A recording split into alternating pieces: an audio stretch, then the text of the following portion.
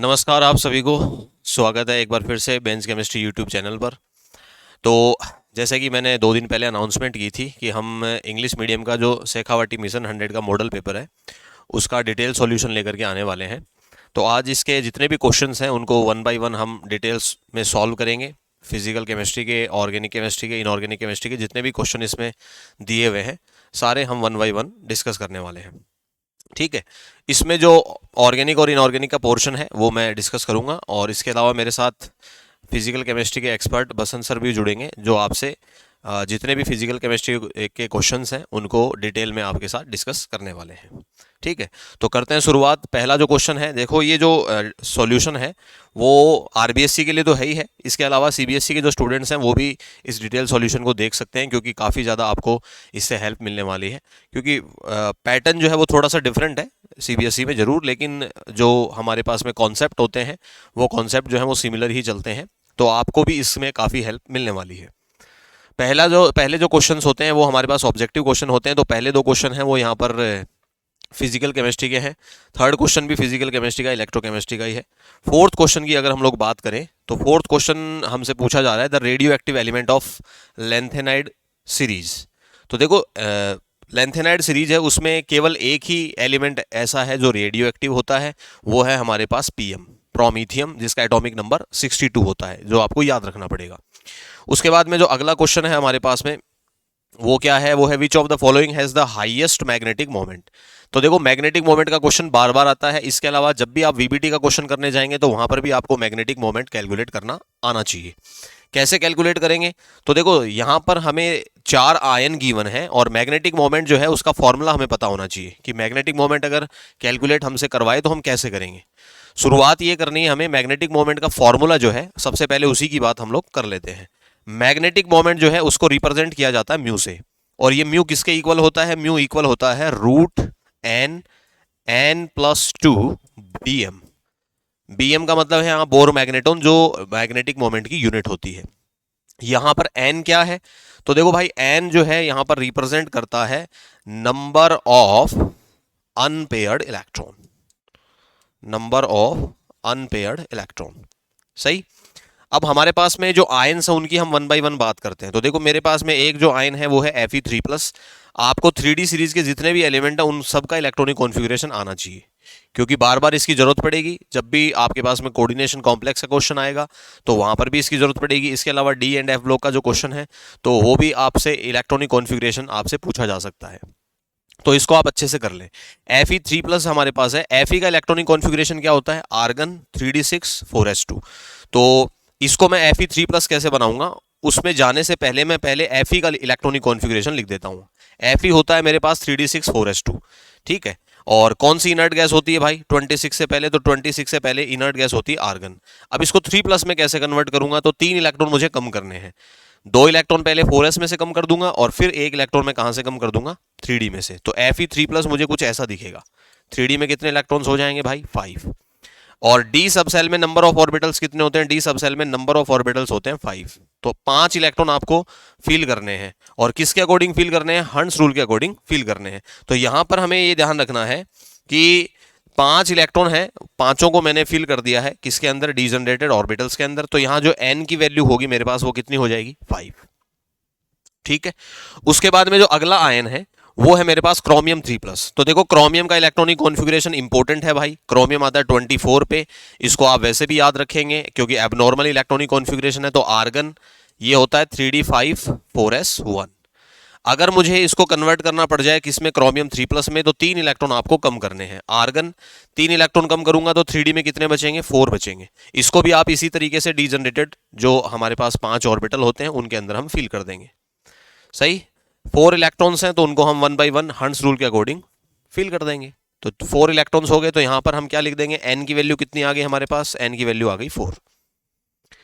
उसके बाद में जो अगला आयन है वो है मेरे पास में कोबाल्ट 3+। तो देखो मैं कोबाल्ट 3+ को सीधा ही लिख देता हूं। अब कोबाल्ट जो है उसमें 3d7 4s2 बनता है। तो 3 इलेक्ट्रॉन मुझे कम करने हैं। 3 इलेक्ट्रॉन मैं कम करूंगा 3d7 4s2 में से, तो 3d6 बचेगा। ठीक है, पूरा लिख करके आप देखेंगे इसको। 3d6 बचेगा तो देखो इसको हम फील कैसे करेंगे 6 इलेक्ट्रॉन्स को, 1 2 3 4 5 एंड 6। यहां एन की वैल्यू कितनी रही मेरे पास, एन की वैल्यू रही 4। ठीक है। और एक आयन मेरे पास है वेनेडियम 3+। तो वेनेडियम 3+ को मैं कैसे लिखूंगा, देखो वेनेडियम जो है वो कितने पे आता है, 23 पे आता है। तो वेनेडियम 3+ जो है उसको बनाना है, तो वेनेडियम 3+ बनाने से पहले एक बार ध्यान रखें, वेनेडियम के 3D में 3 इलेक्ट्रॉन्स होंगे और 4s में कितने होंगे, 2। तो आर्गन रहेगा एक तो इससे पहले, सही है, और 3D में इलेक्ट्रॉन बचेंगे 2। तो यहां पर आप 2 इलेक्ट्रॉन जब फील करेंगे डिजनरेटेड ऑर्बिटल्स के अंदर, तो 1 और 2, यहां n की वैल्यू कितनी आ जाएगी, n की वैल्यू आ जाएगी 2।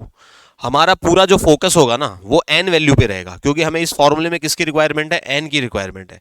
जहां पर n की वैल्यू मैक्सिमम आएगी ना, वहां पर ही म्यू की वैल्यू, या ये कह दें मैग्नेटिक मोमेंट की वैल्यू ज्यादा आएगी, मैक्सिमम आएगी। तो आप नोटिस कर लें भाई, n वैल्यू कहां पर मैक्सिमम है, n वैल्यू जो है वो Fe3+ में मैक्सिमम है। तो इसका आंसर क्या बन जाएगा, Fe3+। अब आप इसको कैलकुलेट करते कैसे हैं वो भी बता देता हूं मैं। जो फॉर्मूला है हमारा म्यू का, उसमें वैल्यू पुट कर दो बस आप। तो रूट 5 है n की वैल्यू, 5 + 2, और यूनिट हमारे पास में क्या रहती है, बोर मैग्नेटिज्म। तो म्यू किसके इक्वल हो जाएगा भाई, ये हो जाएगा √35, और म्यू इक्वल्स टू √35 कितना बनता है, √35 बनता है 5.91 BM। तो मैक्सिमम हमारे पास किसके लिए आएगी, Fe3+ के लिए। तो उम्मीद करता हूं इसको आप समझ गए होंगे। म्यू का फॉर्मूला याद रखो, n की वैल्यू आपको पता होनी चाहिए, आयन का इलेक्ट्रॉनिक कॉन्फ़िगरेशन आपको आना चाहिए, क्वेश्चन आपका हो जाएगा। ठीक है, आगे बढ़ते हैं। अगला जो क्वेश्चन हमारे पास वो है the element present in chlorophyll. Chlorophyll जो है उसमें कौन सा एलिमेंट प्रेजेंट होता है, जो आपकी लीव्स जो होती हैं, लीव्स में होता है क्लोरोफिल, वहां पर जो एलिमेंट होता है वो होता है मैग्नीशियम। क्लोरोफिल एक कॉम्प्लेक्स है, और किसका कॉम्प्लेक्स है, मैग्नीशियम का कॉम्प्लेक्स है, मैग्नीशियम मेटल का। अगला क्वेश्चन है एन एम्बीडेंटेड लिगेंड।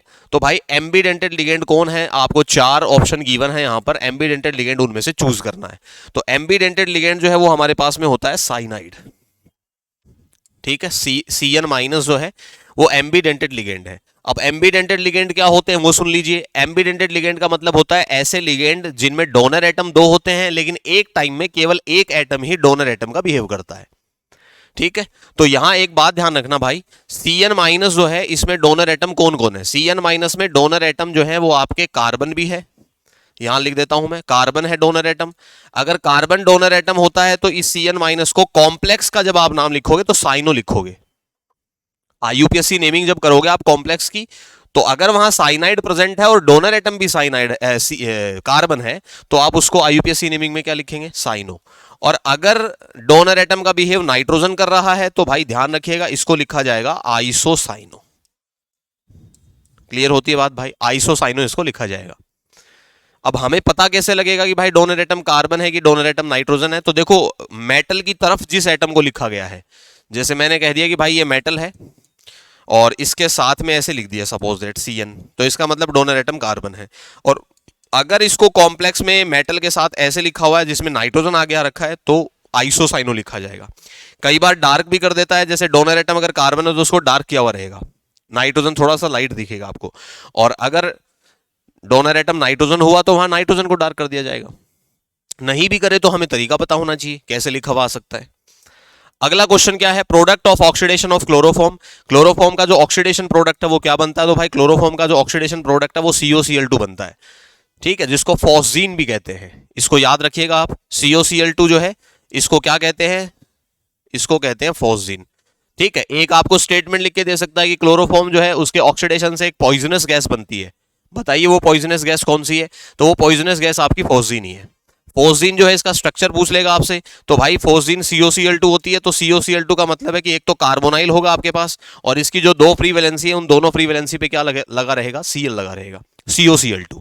आपसे ये कह सकता है कि फोस्जीन में जो कार्बन है उसका हाइब्रिडेशन क्या होगा, तो भाई हाइब्रिडेशन होगा sp2, क्योंकि यहाँ सेंट्रल एटम कार्बन जो उसके कितने सिग्मा बॉन्ड है, 3 सिग्मा बॉन्ड है, तो हाइब्रिडेशन क्या हो जाएगा भाई, sp2। ठीक है, तो जो भी बात होगी डिटेल में हम करने वाले हैं।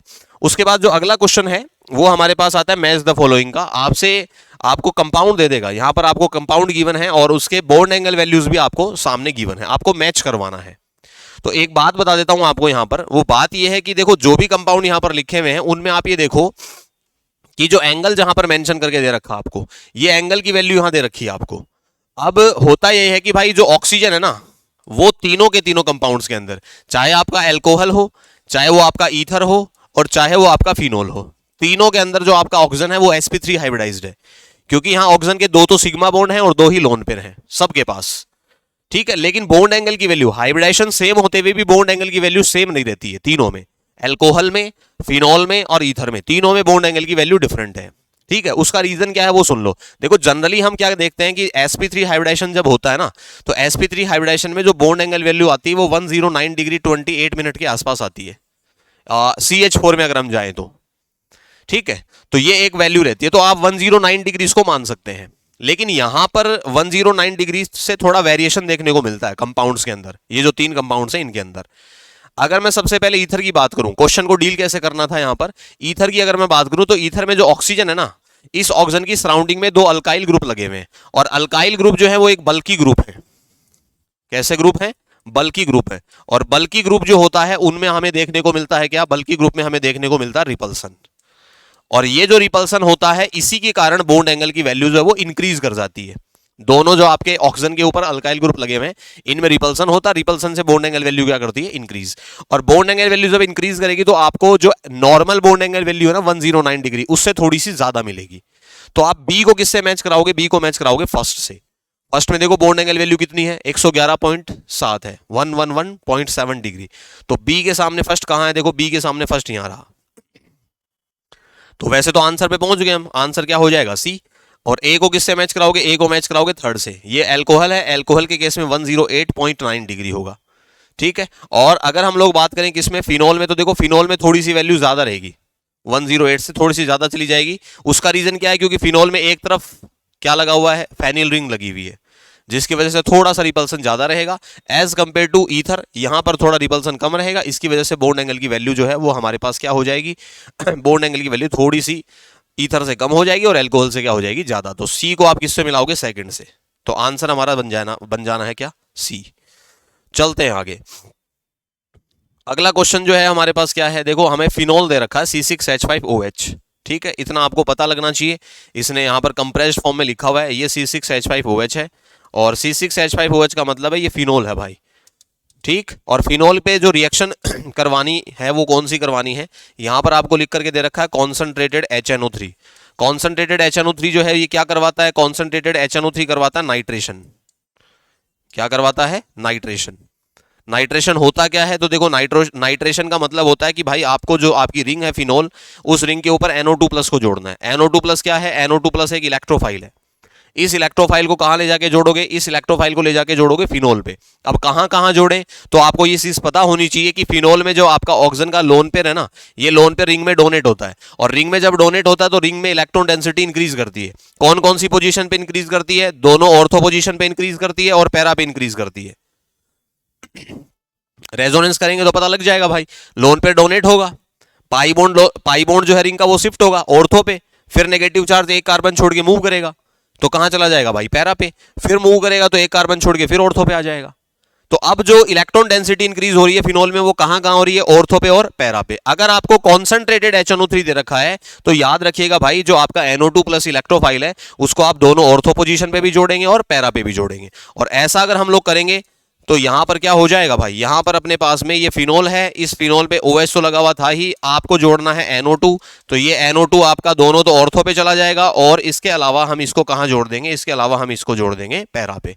तो ये जो कंपाउंड बनकर के आता है इसको क्या बोलते हैं? इसको बोलते हैं पिक्रिक एसिड। और पिक्रिक एसिड जो है इसका आपको IUPAC नेम भी पूछ सकता है भाई, ठीक है। पिक्रिक एसिड का IUPAC नेम क्या बन जाएगा? तो देखो IUPAC नेमिंग में क्या करेंगे? हम नंबरिंग करेंगे। नंबरिंग करेंगे तो 1 2 3 4 5 और 6, तो 2, 4, 6 3 है भाई। नाइट्रो ग्रुप तो हम क्या लिख देंगे? Tri nitro. और जो हमारा कंपाउंड है वो क्या है? फिनॉल। 2 4 6 ट्राई नाइट्रो फिनॉल, ये बन जाएगा। उसके बाद अगला जो क्वेश्चन है वो क्या है? RCH2COH, रेड फॉस्फोरस और X2 आपको दे रखा है। उसने आपसे ये पूछा है कि भाई जो अबव रिएक्शन है वो कौन सी है? तो आपको रिएक्शन को देख के सिर्फ नाम आइडेंटिफाई करना था। तो देखो जो ये रिएक्शन होती है, इस रिएक्शन के अंदर होता क्या है भाई? रेड फॉस्फोरस और X2 अगर आपको यहां पर एसिड गिवन है तो याद रखिएगा, अगर आपका एसिड जो है उसके हम नंबरिंग करें, ठीक है, या फिर आप लेबल लगाएं भाई किसके ऊपर? एसिड के कार्बन पे। तो एसिड के कार्बन का जो फंक्शनल ग्रुप का कार्बन है उसको हम 0 कार्बन बोलते हैं, और 0 से कनेक्टेड कार्बन क्या होता है? अल्फा, ठीक है। रेड फोस्फोरस और X2 का मतलब ये है कि यहां पर आपके पास में जो X2 है ना वो कोई हैलोजन है। अब हो सकता है आपको Br2 दे दे लिख करके X2 की जगह, या हो सकता है Cl2 दे दे। हम क्या करेंगे, जो अल्फा कार्बन है ना उसके हाइड्रोजन को हटा करके उस वहां पर हैलोजन जोड़ेंगे। ठीक है, तो देखो यहां पर क्या हुआ है, ये अल्फा कार्बन है, अल्फा कार्बन के हाइड्रोजन को हटा करके क्या लगा दिया गया है, हैलोजन। और ये जो रिएक्शन होती है, इस रिएक्शन को बोला जाता है hello Hollard Zelensky reaction. Second जो आपका ऑप्शन है, बी ऑप्शन जो है वो करेक्ट हो जाएगा, याद रखिएगा। ये जो रिएक्शन बाकी लिखी हुई ये भी आगे आ जाएंगी। उसके बाद अगला क्वेश्चन है reagent used to differentiate between amine. Amines में अगर आपको डिफरेंशिएट करना है, ठीक है, एक मिक्सचर आपके पास में, उस मिक्सचर में अगर अलग अलग अमाइंस प्रेजेंट है तो डिफरेंशिएट करने के लिए कौन सा रिएजेंट आप यूज करते हैं, तो भाई डिफरेंशिएट करने के लिए जो हम रिएजेंट यूज करते हैं वो करते हैं C6H5SO2Cl। इसको बोलते क्या है, इसका नाम क्या है, इसको बोलते हैं बेंजीन सल्फोनिल क्लोराइड। इसको ही हिंसबर्ग रिएजेंट भी बोला जाता है। ठीक है, ये डिफरेंशिएट करने के लिए यूज किया जाता है, याद रखने हैं भाई। अल्कोहल में ल्यूकास करते हैं, यहां पर क्या करते हैं भाई, बेंजीन सल्फोनिल क्लोराइड। उसके बाद the IUPAC name of succinic acid, तो भाई सक्सीनिक एसिड का आपको आईयूपीएसी नेम पूछा गया है। तो देखो सक्सीनिक एसिड में क्या होगा, सक्सीनिक एसिड में हमारे पास कार्बन कितने होंगे, समझिएगा ध्यान से। सक्सीनिक एसिड जो है उसकी बात कर लेते हैं हम लोग। देखें सक्सीनिक एसिड जो है वो कैसा दिखेगा। सक्सीनिक एसिड में ये कहानी होगी, CH2 इसके साथ में रहने वाला है CH2, यहां पर भी भाई CH2 और यहां पर हम किसको जोड़ देंगे, COH और COH। ठीक है, अब देखो जब आप नंबरिंग करेंगे आईयूपीएससी के अकॉर्डिंग, तो नंबरिंग में ध्यान रखना होता है भाई, हम नंबरिंग करते हैं एसिड के कार्बन से, प्रायोरिटी वहीं से दी जाती है, चाहे आप नीचे से कर लें चाहे ऊपर से कर लें, 1 2 3 4 5 और 6। ठीक है, अब जब नेमिंग करेंगे, आईयूपीएससी नेमिंग आपसे पूछिए, तो आईयूपीएससी नेमिंग कैसे होगी, देखो यहां कितने कार्बन है, 6 कार्बन है जो आपस में सिंगल बॉन्ड से कनेक्टेड है, तो हम क्या लिख देंगे, हम लिख देंगे हेक्सेन। ठीक है, उसके बाद कोई सब्स्टिट्यूएंट नहीं है, तो सब्स्टिट्यूएंट होता तो पहले उसी को लिखता मैं, सब्स्टिट्यूएंट है नहीं तो मैं डायरेक्ट मैंने रूट वर्ड लिख दिया। उसके बाद में कार्बन 1 पे और कार्बन 6 पे किसका फंक्शनल ग्रुप लगा हुआ भाई, एसिड का, तो हम क्या लिखेंगे 1,6 dioic acid, hexane 1,6 dioic acid, ये बन जाएगा भाई। ठीक है, बढ़ते हैं आगे। अगला जो क्वेश्चन है हमारे पास में क्या रहने वाला देखें। Next question is the hybridization state of nitrogen atom in C2H5 thrice N। आपको एक ट्राई इथाइल अमाइन दे रखा है और आपसे पूछा जा रहा है कि बताओ नाइट्रोजन का हाइब्रिडाइजेशन क्या होगा। तो देखो बिल्कुल सिंपल है, मैं यहां बना देता हूं इसको। नाइट्रोजन है, इस नाइट्रोजन पे आपको कितने C2H5 लगा के दे रखे हैं, C2H5 लगा रखे हैं 3, ये दूसरा C2H5 हमने लगा दिया और यहां हमने लगा दिया तीसरा C2H5। और नाइट्रोजन पे क्या प्रेजेंट है, नाइट्रोजन पे प्रेजेंट है एक लोन पेयर। अब क्लियर दिख रहा भाई सामने, कितने सिग्मा बॉन्ड है, सिग्मा बॉन्ड अपने पास 3 है और एक क्या है, लोन पेयर। तो हाइब्रिडाइजेशन क्या हो जाएगा भाई, sp3। ठीक है, तो आंसर जो है वो अपना बन जाएगा sp3। ये कहानी है। उसके बाद में देखो यहां पर हेक्सेन डाइओइक एसिड लिखा हुआ था, सक्सीनिक एसिड का जो आईयूपीएसी नाम है, तो इसमें थोड़ा सा मिसप्रिंट है, इसको आप देख लीजिएगा, हेक्सेन डाइओइक एसिड है। उसके बाद में जो अगला क्वेश्चन है वो है which of the following is the strongest ligand in spectrochemical series. Spectrochemical series जो है उसमें स्ट्रॉन्गेस्ट लिगेंड कौन है, तो स्पेक्ट्रोकेमिकल सीरीज जो है वो आपको सीएफटी में पढ़ाई जाती है और उसमें आपको ये बताया जाता है कि एक्सप्लेन क्या करता है स्पेक्ट्रोकेमिकल सीरीज। मान लो ऐसा भी क्वेश्चन अगर आ जाए, सीबीएसई कॉन्सेप्चुअल क्वेश्चन पूछ लेती है, तो ध्यान रखिएगा भाई स्पेक्ट्रोकेमिकल सीरीज एक्सप्लेन करती है स्ट्रेंथ ऑफ लिगेंड को। ठीक है, वीक फील्ड लिगेंड और स्ट्रॉन्ग फील्ड लिगेंड में कैटेगराइज किया गया है, किसमें, स्पेक्ट्रोकेमिकल सीरीज में, किसको, लिगेंड्स को। तो भाई सबसे स्ट्रॉन्गेस्ट लिगेंड जो होता है हमारे पास में वो होता है CO, जिसको कार्बोनाइल आप बोलते हैं। अगला क्वेश्चन फिनोल से है भाई, और वहां पूछा क्या जा रहा है आपसे, वहां पूछा जा रहा है product of reaction of anisole. Anisole है, इसका मतलब फिनोल से नहीं है भाई, किससे है, ईथर से है। क्या है, सुने भाई ध्यान से। एनिजोल क्या होता है वो सुने, एनिजोल होता है ये 6 मेंबर रिंग होती है और इस 6 मेंबर रिंग में हम क्या लगाते हैं, इस 6 मेंबर रिंग में हम लगाते हैं बाहर ऑक्सीजन और CH3। ठीक है, ये कहानी है। अब सुने ध्यान से, इसकी रिएक्शन करवानी किससे, इसकी रिएक्शन करवानी है HI से। ये HI से हमने रिएक्शन करवाई, तो देखो प्रोडक्ट क्या बनेगा, प्रोडक्ट ये बनेगा कि आपको ये ऑक्सीजन कार्बन बॉन्ड ब्रेक करना है। यहां से जो आपका H+ है वो तो चला जाएगा ऑक्सीजन के नेगेटिव पे और I- चला जाएगा कार्बन के साथ। ठीक है, पूरी बात सुनिएगा भाई, ये 6 मेंबर रिंग है, यहां पर आप क्या लगा देंगे, OH बन जाएगा और यहां हम क्या लिख देंगे, यहां हम लिख देंगे CH3I।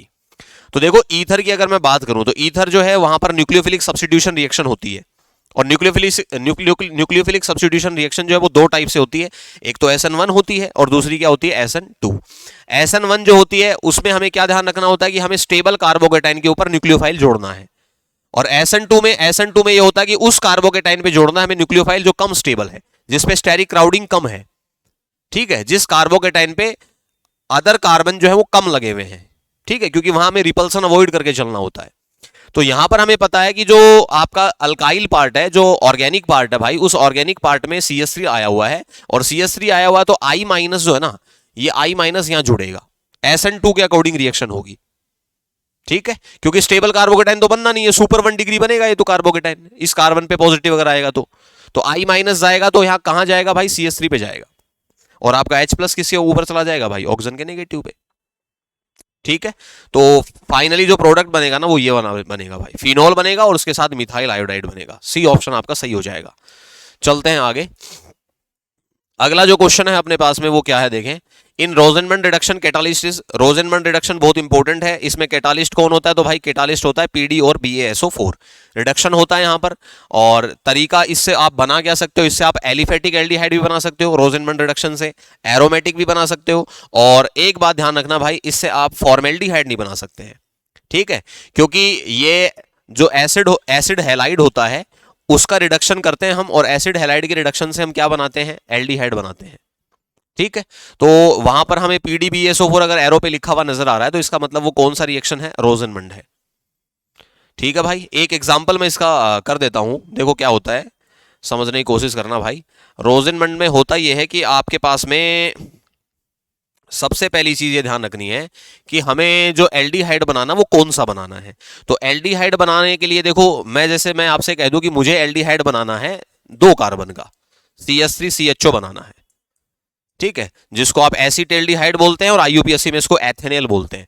तो अगर मुझे 2 कार्बन का एल्डिहाइड बनाना है ना, तो मुझे एसिड हैलाइड भी 2 कार्बन का लाना पड़ेगा। ठीक है, अब एसिड हैलाइड 2 कार्बन का क्या होगा, एसिड हैलाइड 2 कार्बन का होगा CH3C डबल बॉन्ड O, और इसके साथ मैं किसको लगा दूंगा भाई, Cl को। ठीक है, यहां पर आप क्या लिख सकते हैं, H2, और एरो पे आपको क्या लिख करके दे दिया जाएगा, PD, और इसके साथ में क्या रहेगा, BaSO4। ठीक है, अब होगा क्या, ये जो H2 है ना, वैसे इसका एडिशन करवा दो आप, एक हाइड्रोजन यहां और एक हाइड्रोजन यहां पर, तो क्या बन जाएगा, देखो यहां हाइड्रोजन जुड़ जाएगा तो कार्बन के ऊपर हाइड्रोजन आ गया, बस बाकी सेम है। और फॉर्माइल क्लोराइड इसलिए नहीं, सॉरी फॉर्मेल्डिहाइड इसलिए नहीं बना सकते हैं क्योंकि फॉर्माइल क्लोराइड आपको लेना पड़ेगा अगर फॉर्मेल्डिहाइड बनाना है तो, और फॉर्माइल क्लोराइड जो है वो रूम टेम्परेचर पे स्टेबल नहीं होता है। ठीक है, तो बढ़ते हैं भाई आगे, हमारा जो अगला क्वेश्चन है उसको लेते हैं। अगले क्वेश्चन पे देखें भाई क्या कहानी है। उसने आपसे पूछा, name of the reaction of benzene diazonium salt with phenol in which azo dye forms. मतलब ये है कि भाई अगर आप बेंजीन डाइएजोनियम सॉल्ट की रिएक्शन करवा रहे हैं और किसके साथ करवा रहे हैं भाई, फिनोल के साथ, तो जो रिएक्शन है इसका नाम क्या है। तो बिल्कुल सिंपल है भाई, एमाइन वाले चैप्टर का क्वेश्चन है हमारे पास में। होता क्या है भाई, बेंजीन डाइएजोनियम सॉल्ट को आप ऐसे लिख सकते हो, देखें C6H5 N2 प्लस और Cl माइनस। अगर किसी को इसमें दिक्कत है भाई तो आप इसको ओपन करके भी लिख सकते हैं, लेकिन आपको कंप्रेस्ड फॉर्म में भी आपको लिखना आना चाहिए। इसके बाहर क्या रहता है, इसके बाहर रहता है N2 प्लस, और यहां मैं किसको लगा दूंगा भाई, Cl माइनस को।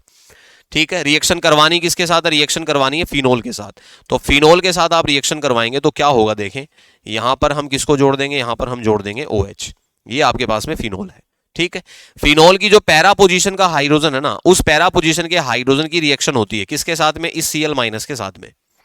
ठीक है, तो यहां से एज ए बाई प्रोडक्ट क्या एलिमिनेट होता है, as a by product eliminate होता है HCl।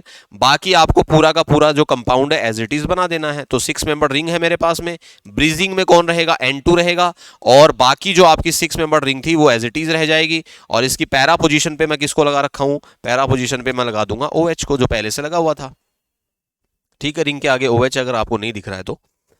इस कंपाउंड का नाम क्या है भाई, इसका नाम है पैराहाइड्रोक्सी एजोबेंजीन। ठीक है, और ये एक कलर्ड कंपाउंड है, इसको एजोडाई भी बोलते हैं।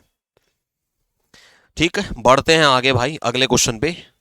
और कपलिंग रिएक्शन है, इस रिएक्शन का आपसे पूछे ना भाई, अगर आपसे पूछा जाए कि बताइए कौन सी रिएक्शन है, तो भाई ये कपलिंग रिएक्शन है।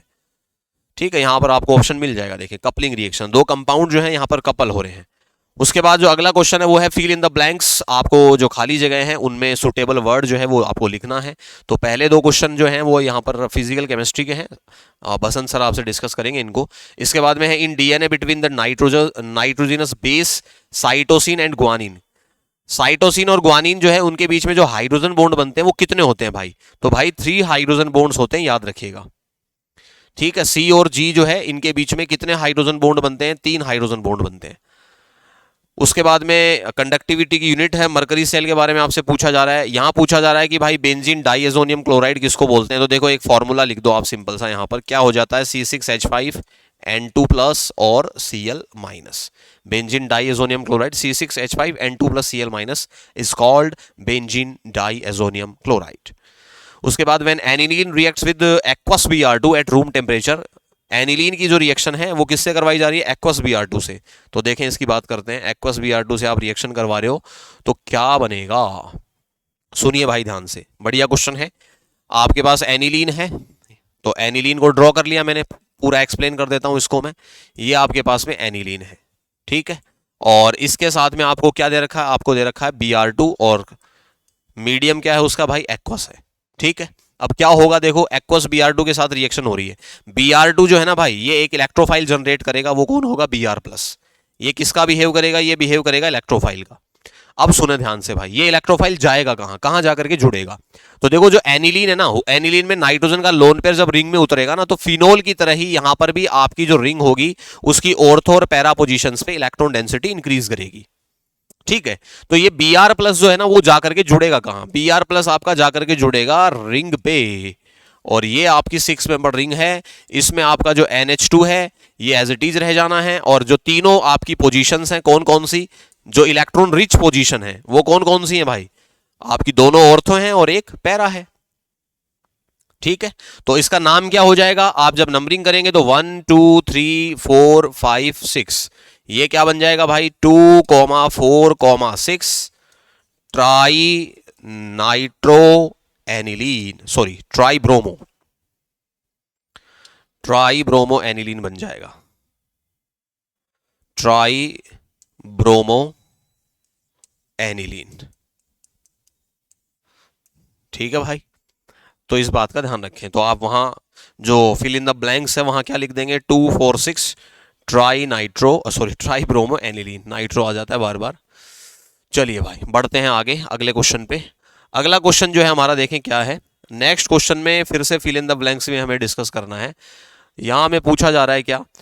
आपसे पूछा जा रहा है कि भाई is an optically inactive amino acid. Amino acid जो है उनमें से कौन सा एमाइनो एसिड है जो ऑप्टिकली इनएक्टिव है? ठीक है, सुने भाई ध्यान से। एमाइनो एसिड क्या होते हैं ये समझे पहले। दो एमाइनो एसिड में क्या होता है भाई? आपके पास एक कार्बन होता है, इस कार्बन पे आपके पास दो अलग अलग नेचर के ग्रुप लगे रहते हैं। कौन कौन से? एक तो भाई देखो नाम से पता लग रहा है अमाइनो और एसिड, तो एक तो अमाइनो ग्रुप लगा रहता है और एक एसिडिक ग्रुप लगा रहता है, ठीक है। इस कार्बन पे एक हाइड्रोजन रहता है और एक आपकी फ्री वैलेंसी। फ्री वैलेंसी क्यों दिखा रहा हूं मैं? क्योंकि जो भी अमाइनो एसिड बनाओगे ना आप, तो जो भी चेंज होगा वो इस फ्री वैलेंसी पे होगा। भाई यहां CH3 आना है, यहां फिर H आना है, कि जो भी आना है वो इस फ्री वैलेंसी पे आएगा, ये सब में कॉमन रहेगा, ठीक है। एक अकेला एक ऐसा अमाइनो एसिड है भाई जिसमें इस फ्री वैलेंसी के ऊपर हाइड्रोजन रहता है, बाकी हाइड्रोजन नहीं आएगा, यहां पर कोई भी ग्रुप रिपीट नहीं होगा। और अगर कोई भी ग्रुप रिपीट नहीं होगा तो कार्बन की चारों वैलेंसी क्या हो जाएंगी भाई? डिफरेंट हो जाएंगी। और अगर चारों वैलेंसी डिफरेंट हो गई तो वो कार्बन क्या हो जाएगा भाई? कायरल हो जाएगा। लेकिन ये एक अकेला ऐसा अमाइनो एसिड है जिसमें कार्बन के ऊपर दो हाइड्रोजन लगे हुए हैं, तो ये आपका कायरल कार्बन नहीं बन पाएगा भाई, इसको आप कायरल कार्बन नहीं बोल सकते हैं। और इस अमाइनो एसिड का नाम क्या है? इस अमाइनो एसिड का नाम है ग्लाइसिन, जो आपका ऑप्टिकली इनएक्टिव अमाइनो एसिड है, ठीक है भाई। बढ़ते हैं आगे। अगला क्वेश्चन है रेडियो एक्टिव रिएक्शंस की आपसे ऑर्डर पूछा जा रहा है। हेनरी लो है, उसके बाद फिजिकल केमिस्ट्री क्वेश्चन है। हाँ भाई ये सुने, what are homolytic and heterolytic cleavage, give one example of each. तो देखो भाई इन चीजों को आप भूलेंगे नहीं, क्योंकि बेसिक केमिस्ट्री है, बेसिक ऑर्गेनिक केमिस्ट्री है। होमोलाइटिक और हेट्रोलाइटिक आपको 12th के सिलेबस में हो सकता है कहीं पर आपने नहीं पढ़ा हो, है ना, लेकिन फिर भी 11th क्लास के अंदर हम ये सब चीजें पढ़ते हैं और ये हर जगह इन्वॉल्व होती है। 12th की केमिस्ट्री में भी इन्वॉल्व है, तो हमसे क्वेश्चन पूछ सकता है होमोलाइटिक और हेट्रोलाइटिक क्लीवेज क्या होते हैं। तो इसको समझिएगा भाई, होमोलाइटिक क्लीवेज क्या होता है, हेट्रोलाइटिक क्लीवेज क्या होता है। देखो होमोलाइटिक को एक्सप्लेन करता हूं पहले मैं।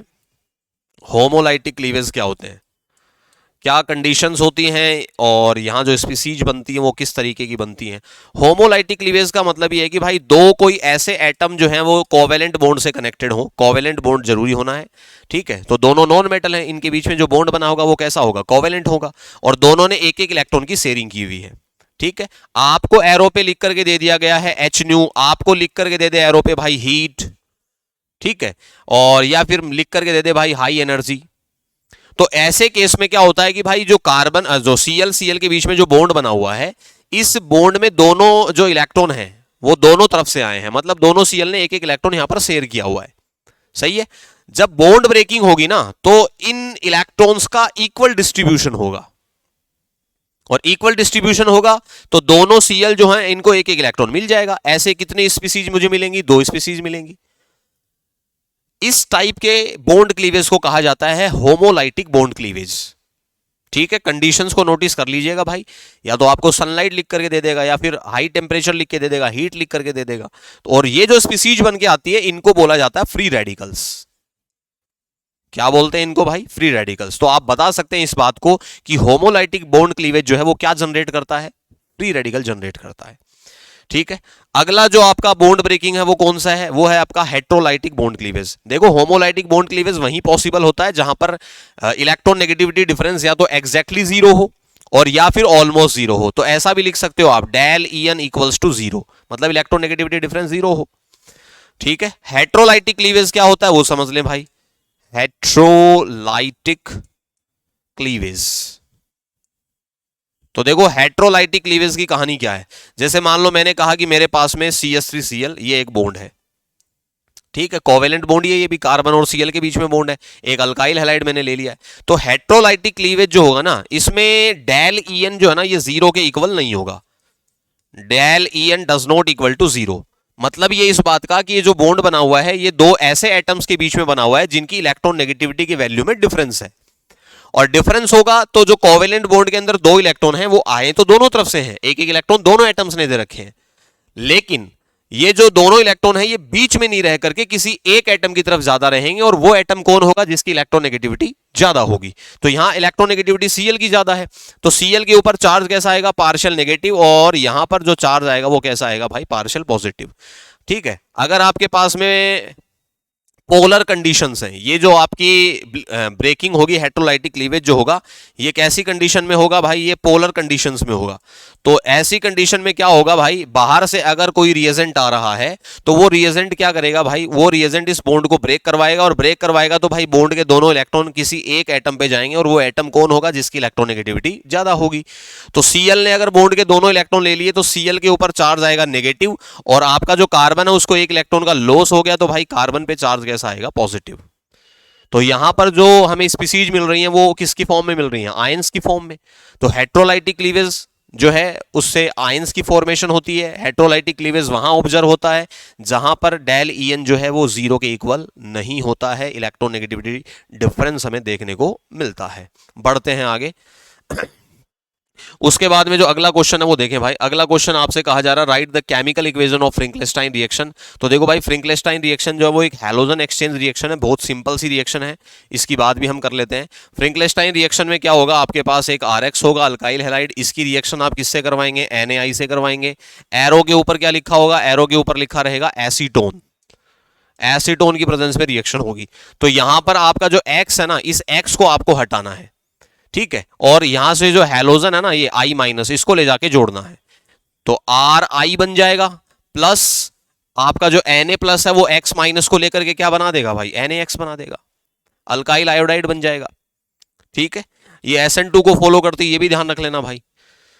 फ्रिंकलेस्टाइन रिएक्शन जो है वो किसको फॉलो करती है, SN2 को फॉलो करती है, ठीक है। बढ़ते हैं आगे। Right the carbyl amine reaction, बहुत इंपॉर्टेंट क्वेश्चन है, कार्बिल एमाइन रिएक्शन क्या होती है, तो सुनो भाई ध्यान से, मैं इसको लिख देता हूं, कार्बिल एमीन रिएक्शन को कैसे लिख के आओगे आप इसको एग्जाम में। तो देखो कार्बिल एमीन रिएक्शन जो है उसकी अगर हम लोग बात करें तो हमारे पास में एक तो 1 डिग्री एमीन लेना होता है हमें, RNH2, ये 1 डिग्री एमीन की रिएक्शन है। इसके अलावा यहां लिया जाता है क्लोरोफॉर्म, और यहां लिया जाता है बेस। 3 मोल जो है वो हम किसके लेते हैं, बेस के। यहां जो प्रोडक्ट बनता है वो आपको याद रखना है, बाई प्रोडक्ट आप लिख के आए तो ठीक है, नहीं लिख के आए तो भी कोई दिक्कत नहीं। RNC बनता है, RNC क्या होता है? RNC होता है अल्काइल आइसोसाइनाइड। थोड़ी देर पहले हम बात भी कर रहे थे। आइसो कब यूज करेंगे? जब नाइट्रोजन डोनर एटम होगा। ठीक है, अगर RCN होता तो एल्काइल साइनाइड लिखता मैं, NC है तो क्या लिखूंगा? आइसोसाइनाइड। अब सुने ध्यान से, ये जो रिएक्शन है ना, इसको कार्बिलेमिन रिएक्शन बोलते हैं। और आपसे ये भी पूछा जा सकता है कि भाई कार्बिलेमिन रिएक्शन कौन से अमाइन देते हैं? तो 1 डिग्री अमाइन जो है वो कार्बिलेमिन रिएक्शन देते हैं। ठीक है, तो इंपॉर्टेंट रिएक्शन है, आपसे पूछी जा सकती है, ध्यान रखिएगा भाई। मैं थोड़ा सा क्विकली इसको ही कवर कर रहा हूं ताकि ज्यादा टाइम कंज्यूम नहीं हो आपका। ठीक है, तो कोई चीज अगर मान लो छोटी मोटी मैं भूल भी जाता हूं तो उसको आप देखते रहना भाई साथ साथ। वॉन्ट ऑफ फैक्टर बात कर रहा है, what are alloys, write the name of their constituent. तो देखो भाई अलॉयज क्या होते हैं? अलॉयज होते हैं दो या दो से ज्यादा एलिमेंट्स जो है उनकी मिक्सिंग आप कर देते हैं, और इनमें कम से कम आपके पास एक मेटल जरूर होना चाहिए। ये जो एलिमेंट आप मिक्स कर रहे हैं, कम से कम उसमें एक मेटल जरूर होना चाहिए। तो ये प्रॉपर्टीज किसकी होती है? ये प्रॉपर्टीज होती है भाई D और F ब्लॉक के एलिमेंट्स की, जिनसे अलॉयज बन सकते हैं। ठीक है, सबसे ज्यादा जिस एलिमेंट का कंपोजिशन रहता है, ठीक है, वो रहता है सीरियम। सीरियम को सबसे ज्यादा यूज करते हैं अलॉयज के अंदर। एक लेंथेनम भी रहता है। ठीक है, तो ये जरूर आप एक बार बुक से देख लीजिएगा, नोट से देख लीजिएगा। अलग अलग टाइप के अलॉयज हैं, लाइक जर्मन सिल्वर हो गया, ब्रोंज हो गया, तो इनकी कंपोजिशन क्या होती है ये आपसे पूछ सकता है। अगला question, right the reaction equation of benzene diazonium chloride with aniline. Aniline के साथ में बेंजीन डाइएजोनियम क्लोराइड की क्या रिएक्शन होगी? तो जैसे मैंने फिनोल की करवाई है, बिल्कुल एज इट इज वैसे ही आप एनिलीन की करवाएंगे। फिनोल में भी पैरा पोजीशन के हाइड्रोजन ने इन्वॉल्व किया था रिएक्शन में, और एनिलीन भी वैसे ही करेगा। ठीक है, तो ये आप खुद से लिख सकते हैं। अगला क्वेश्चन है, write the coordination number of FeOX3 और COEN का CL2। दो कॉम्प्लेक्स आपको दे रखे हैं और आपसे कोऑर्डिनेशन नंबर पूछ रहा है। तो सुनो भाई ध्यान से, बिल्कुल इंपॉर्टेंट है ये क्वेश्चन, आपसे पूछा जा सकता है इस तरीके से एग्जाम में क्वेश्चन। मैं लिख देता हूं दोनों कॉम्प्लेक्स। एक तो देखो इस कॉम्प्लेक्स की बात हम लोग कर रहे हैं, FeOX थ्राइस, और यहां चार्ज आपको कितना दे रखा? चार्ज आपको दे रखा 3-। ठीक है, आपसे पूछा जा रहा है एक तो कोऑर्डिनेशन नंबर। तो पहले तो आपको यही क्लियर होना चाहिए कि कोऑर्डिनेशन नंबर होता क्या है। कोऑर्डिनेशन नंबर का मतलब होता है कि सिग्मा डोनेशन कितने हैं, ligand to metal sigma donation कितने हैं, मतलब लिगेंड जो है वो मेटल के साथ कितने सिग्मा बॉन्ड बना रहा है, उसको हम कोऑर्डिनेशन नंबर बोलते हैं। और उसके लिए आपको जरूरत यह है कि आपको हर लिगेंड की डेंसिटी पता होनी चाहिए कि कौन सा लिगेंड जो है वो कितने बॉन्ड बना सकता है मेटल के साथ। तो OX की अगर मैं बात करूं भाई, तो OX जो है ये एक एब्रीवेशन है। कौन से लिगेंड का एब्रीवेशन है? ऑक्जेलेटो का एब्रीवेशन है। ऑक्जेलेटो लिगेंड है, उसका एब्रीवेशन है। और ये दिखता कैसे है भाई ऑक्जिलेटो? तो ऑक्जिलेटो में कार्बन कार्बन के बीच में सिंगल बॉन्ड रहता है, और दो जो कार्बन है उनमें एक तो डबल बॉन्डेड ऑक्सीजन कनेक्ट रहता है इसके ऊपर, और आपके पास में एक रहता है सिंगल बॉन्डेड। अगर ये किसी भी मेटल पे जाके जुड़ेगा तो भाई कितने बॉन्ड बना सकता है? 2 बॉन्ड बना सकता है। तो इस ऑक्जिलेटो लिगेंड की डेंसिटी कितनी हो गई भाई? 2 हो गई है। ठीक है, आपको OX लिख करके दे सकता है एब्रीवेशन फॉर्म में। अगर ऐसा नहीं लिख करके दे तो आपको लिख करके दिया जा सकता है C2O4 2-। ये ऑक्जेलेटो ही है। ठीक है, अब सुनो भाई, क्लियर दिख रहा है आपके पास ऑक्जेलेटो हैं कितने? 3 हैं। अगर एक ऑक्जेलेटो 2 बॉन्ड बनाता है तो 3 कितने बना देगा भाई? 6 बना देगा। तो कोऑर्डिनेशन नंबर कितना हो जाएगा भाई? 6। ठीक है, ये कहानी है। तो इस बात का थोड़ा सा ध्यान रखें। अगला जो कॉम्प्लेक्स है उसको भी मैं समझा देता हूं, अगला कॉम्प्लेक्स क्या है। अगले कॉम्प्लेक्स में हमें जो दे रखा है वो है COEN का Cl2+। तो देखो इसको यही समझ लो आप, यहां पर भी आपसे वही बात पूछी जा रही है। तो EN जो है ना, EN ये क्या है? EN है इथाइलिन डाइएमीन, इथाइलिन डाइएमाइन, ये है आपका लिगेंड। ठीक है, एक तो, और एक आपके पास में हैलोजन है, और हैलोजन की फॉर्म में यहां पर कौन प्रेजेंट है? हैलोजन की फॉर्म में यहां पर प्रेजेंट है आपका Cl, और इस Cl को क्या लिखा जाता है? Cl को लिखा जाता है क्लोरो। हैलोजन जितने भी होते हैं ये सब के सब मोनोडेंटेड होते हैं, और इथाइलिन डाइएमीन एक बाइडेंटेड लिगेंड है जिसमें डोनर एटम 2 होते हैं भाई। तो आप कोऑर्डिनेशन नंबर कैलकुलेट कर लो भाई। एक इथाइलिन डाइएमीन अगर 2 बॉन्ड बना रहा है तो 2 मिलकर के कितने बना देंगे? 4, और दोनों Cl एक एक डेंसिटी शो करेंगे, तो भाई 4 + 2 कितना हो जाएगा? 6। तो यहां पर भी जो कोबाल्ट है उसके जो कोऑर्डिनेशन नंबर है वो कितना हो जाएगा? 6 हो जाएगा। ठीक है, तो इस तरीके से क्वेश्चन आपका बन सकता है। अगर मान लो आपसे ये पूछ ले कि भाई बताओ यहां पर इस कॉम्प्लेक्स का नाम क्या होगा, तो देखो मैं इस कॉम्प्लेक्स का नाम भी आपको बता देता हूं कैसे लिख सकते हैं आप। आपके पास जो कॉम्प्लेक्स है वो क्या है? कॉम्प्लेक्स आपको दे रखा है कुछ इस तरीके से, इसको मैं हटाता हूं, एक आप खुद लिख के देखेंगे, एक मैं समझा रहा हूं। CO EN का ट्वाइस Cl2 और इसके ऊपर चार्ज कितना है, पॉजिटिव +1 है। ठीक है, सबसे पहले देखो भाई लिगेंड की नेमिंग होती है। लिगेंड की नेमिंग में आपको पता है, देखो इधर से स्टार्ट करें अगर हम नाम लिखना, तो यहाँ तो बाहर तो कुछ है नहीं, अंदर जब एंटर करेंगे ना आप, तो अंदर एंटर करेंगे तो लिगेंड की नेमिंग करेंगे। लिगेंड मेरे पास दो हैं, एक तो एथिलीन डाइएमीन है और एक मेरे पास में क्लोरो है। सही है। एथिलीन डाइएमीन की अगर मैं बात करूं तो एथिलीन डाइएमीन जो है उसको आप स्टार्ट करते हैं ई से और क्लोरो को स्टार्ट करते हैं सी से। ठीक है, लेकिन एक बात याद रखना भाई, एथिलीन डाइएमीन जो है ना, इसके नेम में पहले से डाई आ रहा है। और आपने एक रूल पढ़ा होगा, ऐसे लिगेंड जिनके नेम में पहले से डाई, ट्राई, टेट्रा ऐसे वर्ड अगर आ रखे हैं, तो उनके नंबर को, जितने नंबर में वो प्रेजेंट हैं, उनके नंबर को रिप्रेजेंट करने के लिए एक प्रीफिक्स यूज आप करते हैं। तो यहां एथिलीन डाइएमीन ऐसा लिगेंड है जिसके नेम में पहले से डाई आ रहा है, तो मैं इसके नंबर को रिप्रेजेंट करने के लिए क्या यूज करूंगा, इसके नंबर को रिप्रेजेंट करने के लिए यूज करूंगा बिस। बिस का मतलब है ये कितने हैं नंबर में, 2 हैं। ठीक है, तो यहां पर देखो क्या होगा भाई, जब आप नाम लिखेंगे ना, तो सबसे पहले आपको बिस यूज करना है एज ए प्रीफिक्स। फिर आप ब्रैकेट बना लें, और इस ब्रैकेट में, ब्रैकेट भी आप थोड़ा सा अलग बनाएं। ब्रैकेट जो है वो ऐसा दिखेगा, देखो बिस लिखेंगे, उसके बाद में क्या करेंगे, देखो इस लिगेंड का नाम लिख दो जो भी इसका ओरिजिनल नेम है। तो हम क्या लिखते हैं, इथाइलिन डाई एमाइन। ठीक है, बिस का मतलब 2 है, कौन है 2, इथाइलिन डाइएमीन है। ठीक है ना, तो बिस के अकॉर्डिंग हम स्टार्ट करेंगे कॉम्प्लेक्स। बी जो है अल्फाबेट में पहले आता है, उसके बाद में आप किसको लिखेंगे, उसके बाद में लिखेंगे आप डाई क्लोरो। अब इसको भी लिख दिया, इसको भी लिख दिया, अब मेटल का नाम लिखो। तो मेटल का नाम एज इट इज रहेगा कोबाल्ट ही लिखेंगे आप, क्योंकि आपका कॉम्प्लेक्स अगर नेगेटिवली चार्ज होता ना, तो कोबाल्ट को मैं कोबाल्टेट लिखता। अभी केवल क्या लिखूंगा, कोबाल्ट। उसके बाद में इस ब्रैकेट में इसकी ऑक्सीडेशन स्टेट आएगी। अगर आपके कॉम्प्लेक्स पे चार्ज है पहले से, तब आपको क्या लगाना होता है लास्ट में, तब आपको लास्ट में लगाना होता है आयन। ठीक है, अब ऑक्सीडेशन स्टेट कैलकुलेट करेंगे, तो देखो मेटल की ऑक्सीडेशन स्टेट कैलकुलेट करनी है, तो मैं एक्स मान लूंगा, प्लस लगाऊंगा। एथिलीन डाइएमीन का नंबर कितना है, 2। चार्ज कितना होता है एथिलीन डाइएमीन पे, 0। अगर मेटल का चार्ज आपको याद नहीं है, तो भाई ऑक्सीडेशन स्टेट कैलकुलेट करने में प्रॉब्लम आएगी आपको। तो मेटल का चार्ज याद करो, लिगेंड का चार्ज याद रखो, फिर प्लस लगाओ। Cl जो है इसका नंबर 2 है, हैलोजन पे चार्ज -1 होता है, ऑलरेडी कॉम्प्लेक्स पे चार्ज कितना है, +1 है। तो ये क्या हो जाएगा, x, ये तो 0 हो गया भाई। इसको मैं क्या लिखूंगा, इसको मैं लिखूंगा -2, किसके इक्वल हो जाएगा, +1 के। तो ये कितना हो जाएगा, x = +3। तो कोबाल्ट जो है यहां पर ऑक्सीडेशन स्टेट कितनी रख रहा है भाई, +3 रख रहा है। तो ये इसकी नेमिंग हो गई है।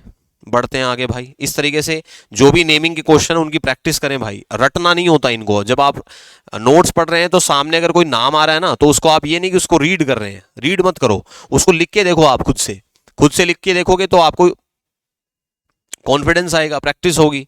ठीक है, क्योंकि जरूरी नहीं है कि जिस कॉम्प्लेक्स को आप बार बार पढ़ रहे हैं, अगर वो आपको याद हो भी गया तो एग्जाम में उसको चेंज भी कर सकता है। तो नेमिंग की हमेशा प्रैक्टिस करें, चाहे वो ऑर्गेनिक में हो चाहे इनऑर्गेनिक में हो। उसके बाद में फिजिकल केमिस्ट्री के क्वेश्चन हैं। फिर उसके बाद में अगला क्वेश्चन है, why are zinc, cadmium and mercury are not consider transition element. तो देखो ट्रांजिशन एलिमेंट क्या होते हैं, आपने पढ़ा होगा भाई। ट्रांजिशन एलिमेंट वो एलिमेंट होते हैं जिनके n-1d में, कौन सा, जिनका n-1d सबसेल जो होता है वो क्या रहता है, वो रहता है इनकम्प्लीट।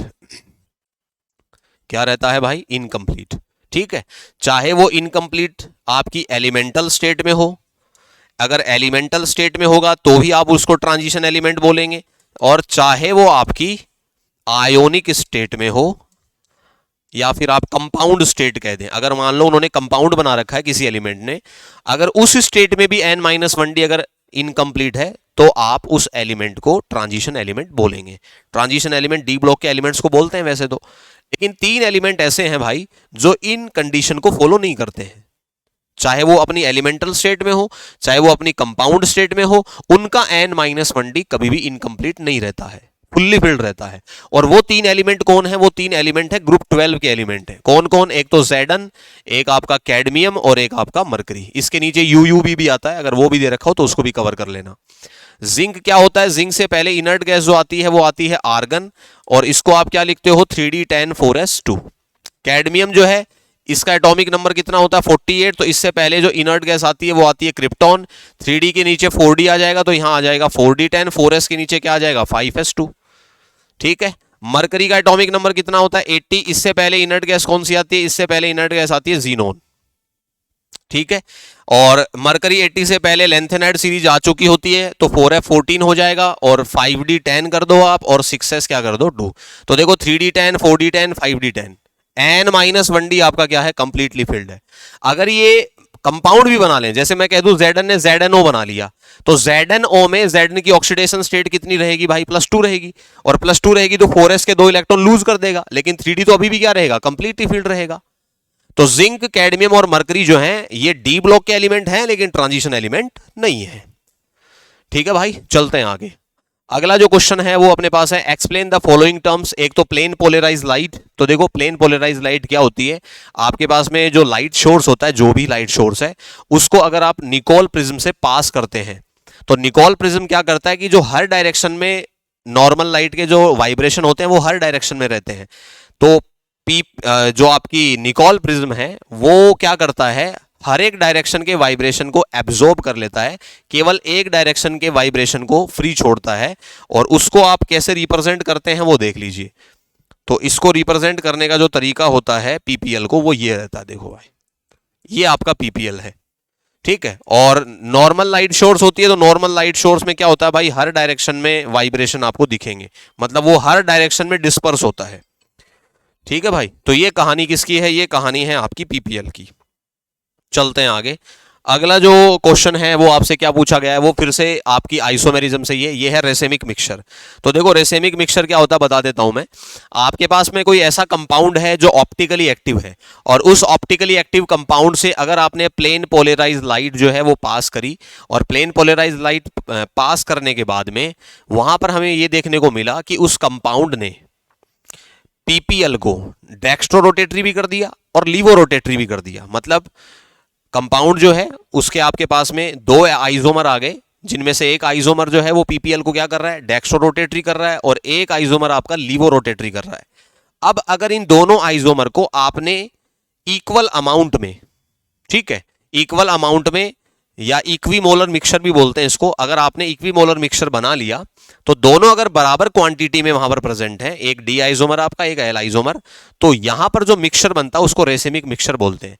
ये रेसेमिक मिक्सचर जो है ये ऑप्टिकली इनएक्टिव होता है, क्योंकि आपका जो रेसेमिक मिक्सचर है उसमें दोनों आपके आइसोमर प्रेजेंट हैं। जो पीपीएल को एक आइसोमर डेक्स्ट्रो रोटेटरी कर रहा है, दूसरा आइसोमर आपका लीवो रोटेटरी कर रहा है, तो उससे जो रिजल्टेंट रोटेशन है वो क्या हो जाता है भाई, पीपीएल का 0 हो जाता है। इसलिए ऐसे मिक्सचर को हम क्या बोलते हैं, रेसेमिक मिक्सचर। थोड़ा सा आप इसको बुक से भी पढ़ सकते हैं।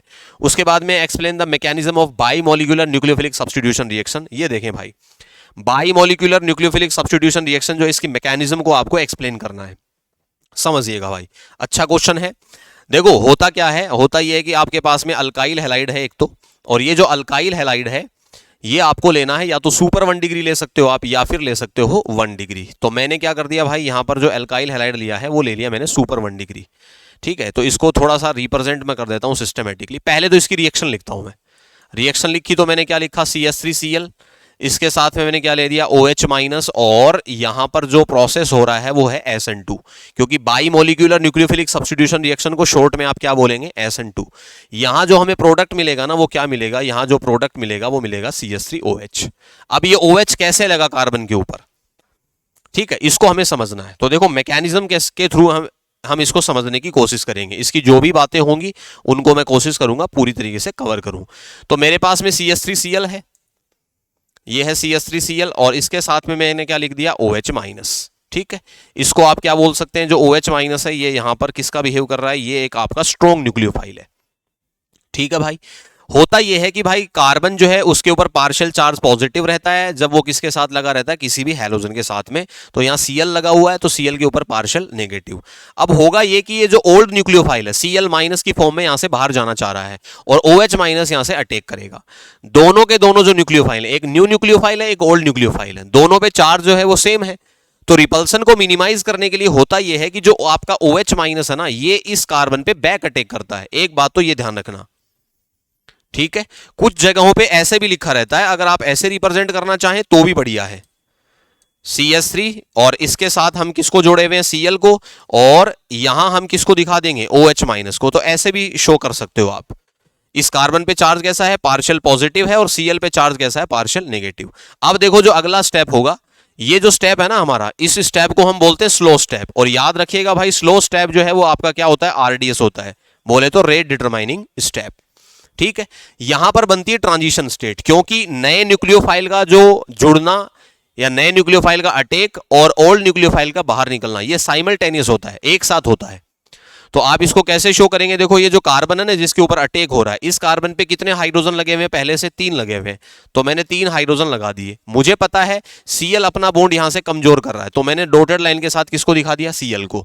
और यहां बॉन्ड बनाना कौन चाह रहा है, बॉन्ड बनाना चाह रहा है आपका OH माइनस, चार्ज भी दिखा सकते हो आप। ये एक हमारे पास में क्या बन करके आई है, ट्रांजिशन स्टेट, ट्रांजिशन स्टेट। ठीक है, तो इसको पेंटावेलेंट ट्रांजिशन स्टेट भी बोलते हैं, क्योंकि यहां कार्बन जो है वो पेंटावेलेंट हो गया है, हालांकि टेम्परेरी बॉन्ड है, परमानेंट नहीं है। ठीक है, अब क्या होगा, ये हाईली अनस्टेबल है, ट्रांजिशन स्टेट हाईली अनस्टेबल है, तो ये आप अपने आप को स्टेबल करेगा। स्टेबल करने के लिए यहां पर एक फास्ट प्रोसेस देखने को मिलेगा कि Cl माइनस जो है ना वो यहां से लीव करेगा, तो मैंने यहां क्या लिख दिया, माइनस Cl माइनस। अब जो ये कार्बन है ना, इस कार्बन पे 3 तो हाइड्रोजन है, तो 3 हाइड्रोजन मैंने ऐसे दिखा दिए, देखो ये 3 हाइड्रोजन है, और इसके ऊपर जोड़ना किसको, अपने को इसके ऊपर जोड़ना है OH को। अब मैं एक चीज यहां आपको समझा देना चाहता हूं, पहली बात तो इसको SN2 क्यों बोलते हैं या बाई मोलिकुलर क्यों बोलते हैं, क्योंकि स्लो स्टेप में जो आपके सबस्ट्रेट हैं दोनों वो पार्टिसिपेट कर रहे हैं। ठीक है, सबस्ट्रेट के कितने मॉलिक्यूल पार्टिसिपेट कर रहे हैं, 2, तो इसकी मॉलिक्यूलरिटी कितनी हो गई, 2 हो गई। ठीक है, दूसरी बात ये ध्यान रखना भाई कि आपकी जो SN2 होती है उसमें ट्रांजिशन स्टेट बनती है, कार्बोकेटाइन नहीं बनता है। आपका जो नया न्यूक्लियोफाइल है वो बैक अटैक करता है, क्यों करता है बैक अटैक, रिपल्सन को मिनिमाइज करने के लिए। तीसरी बात याद रखें भाई, इस प्रोसेस को जो बैक अटैक होता है, इस प्रोसेस को वॉल्डन इन्वर्जन भी बोलते हैं। ठीक है, और वॉल्डन इन्वर्जन का मतलब यह है कि भाई जो आपका जिस डायरेक्शन में आपका ओल्ड न्यूक्लियोफाइल लगा हुआ था, आप देख पा रहे होंगे, उससे बिल्कुल ऑपोजिट डायरेक्शन में कौन जुड़ा है, नया न्यूक्लियोफाइल जुड़ा है। ठीक है, तो इसको बोला जाता है इन्वर्जन। यहां जो प्रोडक्ट बनता है वो इन्वर्जन प्रोडक्ट बनता है SN2 में। ठीक है, तो फैक्ट्स जो है ना वो पूरे आपको क्लियर होने चाहिए, याद होने चाहिए, ताकि अगर आपसे क्वेश्चन, छोटा क्वेश्चन भी पूछे तो आप इसको कर पाए। चलते हैं आगे भाई, अगला क्वेश्चन लेते हैं। अगला क्वेश्चन क्या है हमारे पास में, आपसे पूछा जा रहा है भाई, ड्रॉ द हावर्थ स्ट्रक्चर, या फिर इसके बाद में, हाँ उसके बाद में है एक्सप्लेन रिटेंशन एंड इन्वर्जन। ये भी अच्छा क्वेश्चन है। तो देखो भाई, रिटेंशन और इन्वर्जन की अगर हम लोग बात करें तो देखो रिटेंशन की बात तो हमने कर ही ली है। ठीक है, रिटेंशन क्या होता है, और सॉरी इन्वर्जन की बात हमने कर ली है, सॉरी, है ना, ये तो इन्वर्जन था। यहां तो हमें क्या देखने को मिला, इन्वर्जन प्रोडक्ट। अब हम लोग बात करने जा रहे हैं किसकी, रिटेंशन प्रोडक्ट की। रिटेंशन क्या होता है, तो देखो रिटेंशन और समझ लो भाई, इसमें भी हो सकता है वैसे समझाने को तो मैं इसमें भी समझा सकता हूं, लेकिन आप अलग से ही समझ लो रिटेंशन को। देखो भाई, अगर मान लो मैं ये कह दूं कि मेरे पास में एक हैलाइड है और ये हैलाइड मैंने ले लिया 3 डिग्री, है ना, इससे 2 काम हो जाएंगे, आपका SN1 भी रिवाइज हो जाएगा, CH3, और यहां पर मैंने क्या ले लिया, Cl। क्लियर। इसके साथ में मैंने लिख दिया कि भाई मेरे पास में KOH है, और ये KOH भी मैंने कौन से मीडियम में लिया है, एक्वस में। ये जो रिएक्शन फॉलो करेगी ना भाई जिस मैकेनिज्म को, वो SN1 होगा। और यहां पर मुझे जो प्रोडक्ट देखने को मिलेगा वो देखने को मिलेगा CH3 कार्बन, यहाँ CH3, यहां पर CH3, और यहां पर किसको जोड़ दिया मैंने, OH को, टर्सरी ब्यूटिल अल्कोहल बन जाएगा। ठीक है, उसके बाद बात करेंगे हम किसकी, इसके बाद हम लोग बात करेंगे मैकेनिज्म की। तो देखो मैकेनिज्म कैसे क्या होगा वो समझो। ये 2 स्टेप में होता है कंप्लीट भाई, जो आपका SN1 है, ये कितने स्टेप में होता है, 2 स्टेप में। पहले स्टेप की कहानी सुनो भाई, पहले स्टेप में फॉर्मेशन होती है कार्बोकेटाइन की, तो यहाँ CH3 है, इसके साथ में क्या है भाई, CH3, यहाँ क्या है, Cl। कार्बन Cl बॉन्ड जो है वो कंप्लीटली डिसोसिएट हो जाता है किसके ऊपर, Cl के ऊपर। ये जो स्टेप होता है ये कैसा होता है, ये होता है स्लो स्टेप, और स्लो स्टेप को आप क्या बोलते हो, रेट डिटरमाइनिंग स्टेप। ठीक है, जब कार्बन Cl बॉन्ड ब्रेक होगा तो होगा क्या, इससे होगा ये कि भाई CH3 कार्बन, ये जो कार्बन है इसके ऊपर कितने CH3 और लगे हुए हैं, इसके ऊपर 2 CH3 और लगे हुए हैं, 2 CH3 और लगा दिए। कार्बन पे चार्ज कैसा, पॉजिटिव। अब एक बात सुनना भाई, यहाँ जो कार्बन है इसका हाइब्रिडाइजेशन क्या है, sp2, और sp2 हाइब्रिडाइजेशन में हमें पता है ज्योमेट्री कैसी होती है, ज्योमेट्री होती है ट्राइगोनल प्लेनर। मतलब ये है कि भाई ये जो कार्बन आपका प्रेजेंट है ये एक प्लेनर सरफेस के ऊपर है ऐसे। ठीक है, और ये जो कार्बोकेटाइन है, ये जो कार्बन जिसपे पॉजिटिव है, इसके ऊपर नया न्यूक्लियोफाइल जो है वो अबव द प्लेन भी अटैक कर सकता है और बिलो द प्लेन भी अटैक कर सकता है, क्योंकि आपका न्यूक्लियोफाइल तो निकल गया। कार्बन अब कहाँ गया भाई, एक प्लेन में आ गया, और प्लेन के ऊपर जो अटैक होगा वो अबव द प्लेन भी हो सकता है नए न्यूक्लियोफाइल का अटैक, और बिलो द प्लेन भी हो सकता है। अब सुनो ध्यान से भाई, इसको आप दिखाना चाहो तो ऐसे दिखा भी सकते हो। स्टेप सेकंड, स्टेप सेकंड में क्या होगा, स्टेप सेकंड में हमारे पास में जो कार्बोकेटाइन है उसको हम लेकर के आएंगे। तो इसको मैं बिल्कुल प्रॉपर जैसे ट्राइगोनल प्लेनर होता है उसको अरेंज कर लेता हूं। CH3, यहां पर भी क्या है CH3, ये जो कार्बन है क्योंकि ये sp2 हो गया है तो इसके पास एक अनहाइब्रिडाइज ऑर्बिटल वैकेंट है, इस कार्बन पे आप पॉजिटिव दिखा सकते हैं। ठीक है, अब किसको लेकर के आएंगे आप, जो KOH है ना आपका KOH, वो आपको क्या देगा, KOH आपको देगा OH माइनस, इस OH माइनस का अटैक करवा दो। अभी अटैक जो है ये इस सरफेस के अबव भी अटैक हो सकता है और बिलो भी हो सकता है, और जब ऐसा होगा तो मुझे पता है ये जो कार्बन है इस कार्बन के ऊपर क्या जुड़ जाएगा भाई, OH, और इसके ऊपर कितने CH3 और लगे हुए हैं, इसके ऊपर 3 CH3 लगे हुए हैं, तो ये क्या बन जाएगा भाई, टर्सरी ब्यूटिल अल्कोहल। ठीक है, रिटेंशन का मतलब यह है कि भाई जिस डायरेक्शन से आपका Cl निकल के गया था उसी साइड में, उसी डायरेक्शन में या उसी ओरिएंटेशन के साथ, अगर कायरल सेंटर का कॉन्फ़िगरेशन चेंज नहीं हुआ है, उसी कॉन्फ़िगरेशन को आपने मेंटेन रख लिया प्रोडक्ट में, आपका न्यूक्लियोफाइल वहीं आकर के जुड़ गया जहां पर ओल्ड न्यूक्लियोफाइल लगा हुआ था, तो इसको बोलते हैं रिटेंशन प्रोडक्ट। क्या बोला जाता है भाई, इसको बोलते हैं रिटेंशन प्रोडक्ट। और अगर नए न्यूक्लियोफाइल के जुड़ने से आपका जो कार्बोकेटाइन था या फिर जो कार्बन था, ठीक है, उसका अगर कॉन्फ़िगरेशन चेंज हो गया तो उसको हम क्या बोलते हैं, उसको हम बोलते हैं इन्वर्जन प्रोडक्ट। ठीक है भाई, लेकिन उसके लिए जरूरत क्या है, आपका जो हैलाइड है वो ऑप्टिकली एक्टिव भी होना चाहिए। ठीक है, ऑप्टिकली एक्टिव होगा तभी ऐसा पॉसिबल है, इस बात का आप ध्यान रखें। ठीक है, तो ये थी रिटेंशन और इन्वर्जन की कहानी। अब बढ़ते हैं आगे। अगला जो क्वेश्चन है वो क्या है अपने पास में, अगला क्वेश्चन है अपने पास में retention inversion, alpha helix structure है। तो भाई देखो, अल्फा हेलिक्स स्ट्रक्चर जो है इसको आप बुक से पढ़ लीजिएगा, है ना, स्ट्रक्चर बनाना थोड़ा सा डिफिकल्ट काम है यहाँ पर। Write the reaction equation, Reimer Tiemann और विलियमसन सिंथेसिस, इसके बाद में carboxylic acid more acidic than phenol, और draw the Haworth structure of lactose. ये थोड़े से डिटेल क्वेश्चन है तो मैं थोड़ा सा एक बार होल्ड कर रहा हूँ बीच में, और बीच में जो आपके पास में जो आप क्वेश्चन होंगे वो फिजिकल केमिस्ट्री के होंगे। ठीक है, फिजिकल केमिस्ट्री के क्वेश्चन जो हैं वो आपके साथ बसंत सर डिस्कस करेंगे, और इसमें जो भी पार्ट बच गया है उसको मैं अब खत्म करूंगा फटाफट से। ठीक है, तो आई होप ये जो लेक्चर है ये आपके लिए काफ़ी बेनिफिशियल रहेगा, और जो भी पार्ट इसमें रह गया है वो बहुत जल्द मैं करता हूँ डिस्कस इसके साथ ही, और ये जो रिएक्शंस रह गई हमारी इनको भी मैं अभी कुछ देर में आपके सामने डिस्कस कर दूंगा। तो थैंक यू सो मच, और कंटिन्यू करिए अपनी स्टडी को।